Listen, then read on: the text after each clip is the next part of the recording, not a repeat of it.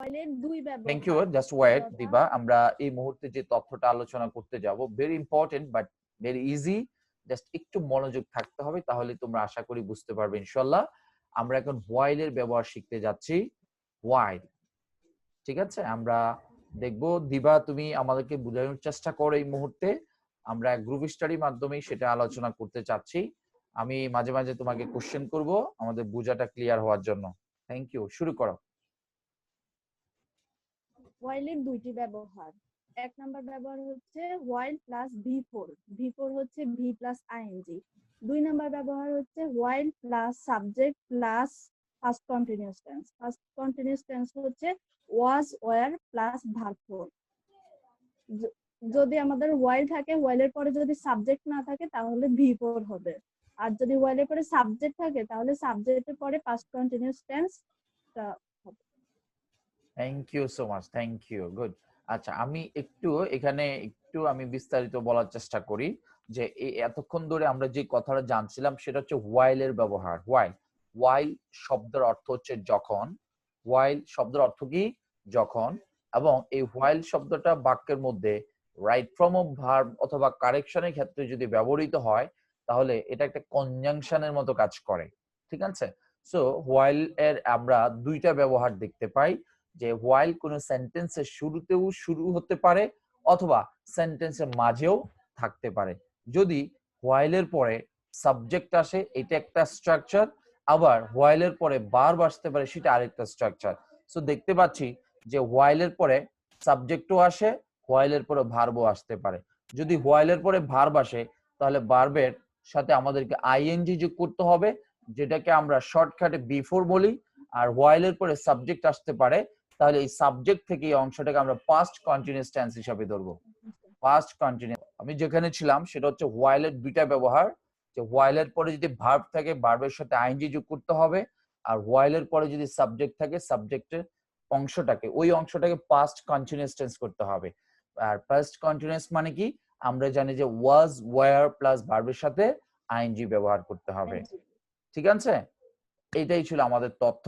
তাহলে আমাদের বই এভাবেই লেখা আছে, দেখো যে হোয়াইল এর দুটি ব্যবহার, হোয়াইল প্লাস বিফোর, বিফোর ব্র্যাকেটে দেওয়া আছে ভার্ব প্লাস আইএনজি, আর একটা হচ্ছে while plus subject plus first continuous tense.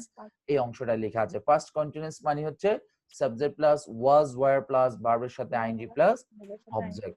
যদিও এখানে হোয়াইল শব্দের অর্থটা উল্লেখ করা নাই। হোয়াইল শব্দের অর্থ হচ্ছে যখন। হোয়াইল শব্দের অর্থ কি? যখন।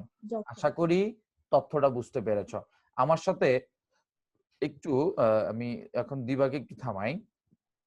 শান্তা, একটু বলো যে হোয়াইলের কয়টা ব্যবহার? দুইটা ব্যবহার। হোয়াইল শব্দের অর্থ কি? যখন। হোয়াইলের এক নাম্বার ব্যবহারটা বলো তো। হোয়াইল প্লাস বি4, মানে ভার্বের এর সাথে আইএনজি। রাইট, আচ্ছা। আর দুই নাম্বার রুলসটা কি ছিল? While plus subject plus past continuous tense. আচ্ছা, ফার্স্ট কন্টিনিউয়াস টেন্সের স্ট্রাকচারটা কি? Subject plus was, were plus ভার্বের সাথে আইএনজি। আচ্ছা আচ্ছা, ঠিক আছে, ঠিক আছে, good good, thank you so much. আচ্ছা, এতটুকু কি কারো বুঝতে অসুবিধা হয়েছে তোমাদের মধ্যে থেকে? যে হোয়াইল শব্দের অর্থ হচ্ছে যখন, হোয়াইলের দুইটা ব্যবহার, হোয়াইল বাক্যের মধ্যে কনজাংশন হিসেবে বসছে, হোয়াইল এর পরে যদি ভার্ব থেকে ভার্বের সাথে আইএনজি যোগ করতে হবে, হোয়াইলের পরে যদি সাবজেক্ট থাকে এই সাবজেক্টের অংশটা পাস্ট কন্টিনিউয়াস টেন্স করতে হবে। আর ফার্স্ট কন্টিনিউয়াস টেন্সের স্ট্রাকচার হচ্ছে subject plus was, were plus ভার্বের সাথে আইএনজি প্লাস অবজেক্ট। সাবজেক্ট আর অবজেক্ট সব জায়গায় থাকে, সেটা না বললেও হবে, শুধু আমাদের ওয়াজ, ওয়্যার প্লাস ভার্বের সাথে আইএনজি এতটুকু আমাদের মনে রাখলে হবে। এক্সাম্পল গুলো আমাদের সাথে কে প্র্যাকটিস করতে চাচ্ছ? এক্সাম্পল গুলো মিম মিম মিম মিম বলতে পারবে? আচ্ছা, নাইমা বলো, নাইমাই বলো, ঠিক আছে। জি জি ভাইয়া, জি বলো। এক নাম্বার एग्जांपल হচ্ছে while walk in the garden a snake bit him। জি, এটার आंसर হবে while walking in the garden a snake bit him। Walking কেন হলো? এটাতে হচ্ছে while এর পরে কোনো সাবজেক্ট নাই, সেজন্য ভার্বের সাথে আইএনজি যুক্ত হবে। হোয়াইল এর পরে সাবজেক্ট নাই, সেজন্য ভার্বের সাথে আইএনজি। তাহলে হোয়াইল এর পরে কি আছে?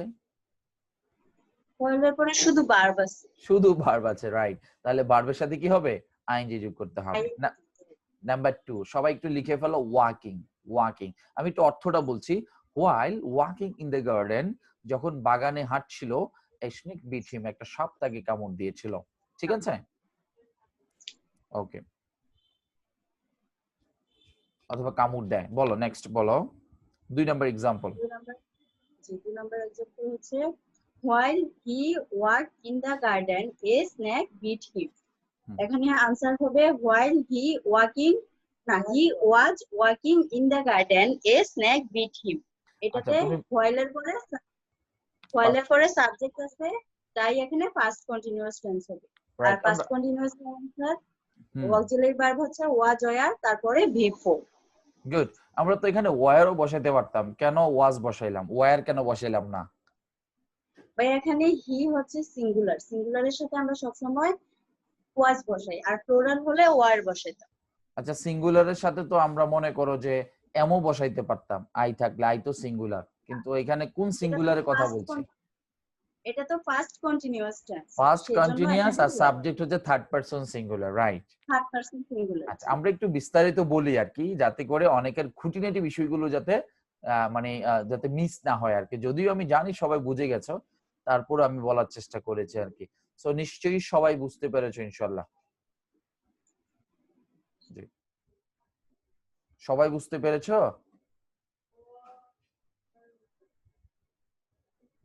মুজাম্মেল বলো, কত পার্সেন্ট বুঝতে পেরেছো? আলহামদুলিল্লাহ ভাই 100% বুঝতে পারছি। মাদ্রাসার স্টুডেন্ট বলে কি ইংরেজি বোঝা সম্ভব না, কি মনে হয়? না সম্ভব?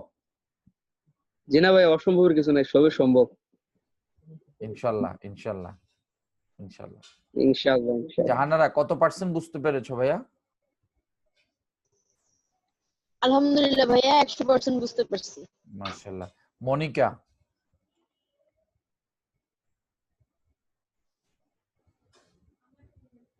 জি ভাইয়া। কত পার্সেন্ট বুঝতে পারছো? 100%। ফজলে রাব্বি?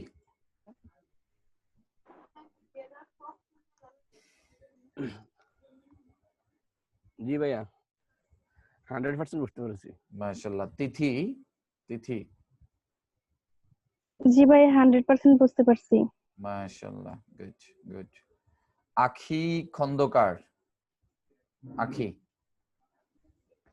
ভাইয়া আমি না আকিব, তুমি কি বুঝতে পেরেছো?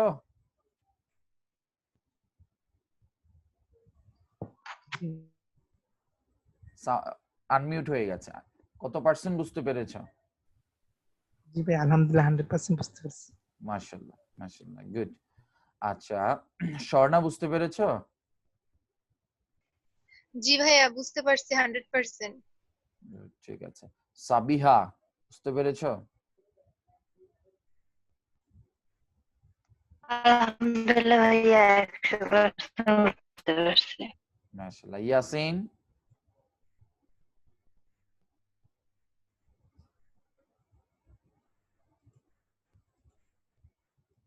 বুঝতে পারছো? জি ভাই বুঝতে পারছি মাশাআল্লাহ। 100%। তারিকুল ইসলাম? তারিকুল ইসলাম বুঝতে পেরেছো? এটা সমস্যা।